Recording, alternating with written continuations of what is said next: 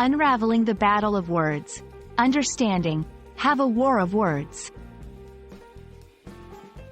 Hello, everyone. Welcome to our channel, where we make learning English fun and easy. Today, we're diving into a fascinating phrase that you might come across in movies, books, or even in daily conversations. Have a war of words. This video will explore what it means, how to use it, and provide examples to help you incorporate it into your vocabulary.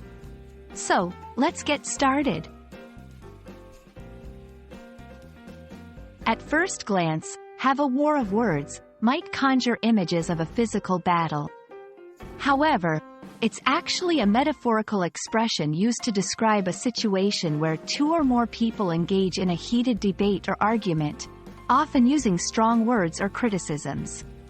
It's not about physical fighting but about battling through dialogue or written communication. This phrase highlights the intensity and the confrontational nature of the exchange without any physical violence. Understanding the origins of idiomatic expressions can be quite enlightening.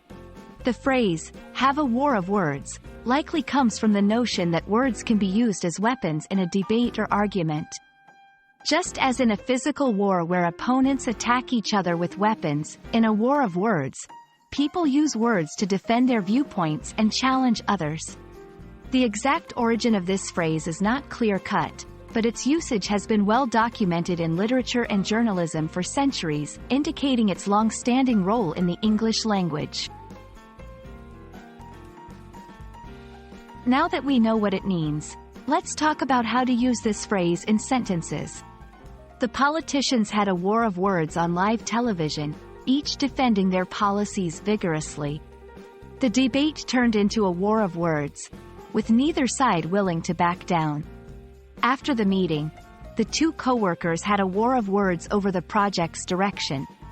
Notice that this phrase can be used in various contexts, from formal debates to personal arguments. It's versatile but always indicates a situation with tension and disagreement.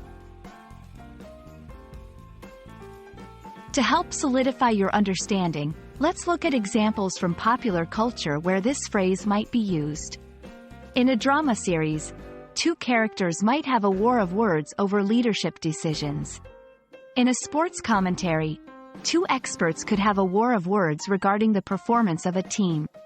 These examples show how the phrase can be adapted to different scenarios, emphasizing the conflict of ideas rather than physical altercations.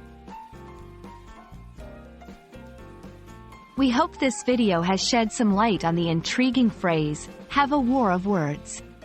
Remember, it's all about the power of language and how it can be used to express disagreement and debate.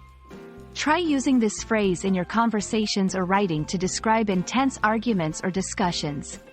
Thank you for watching, and we look forward to helping you learn more about the richness of the English language in our next video. Happy learning!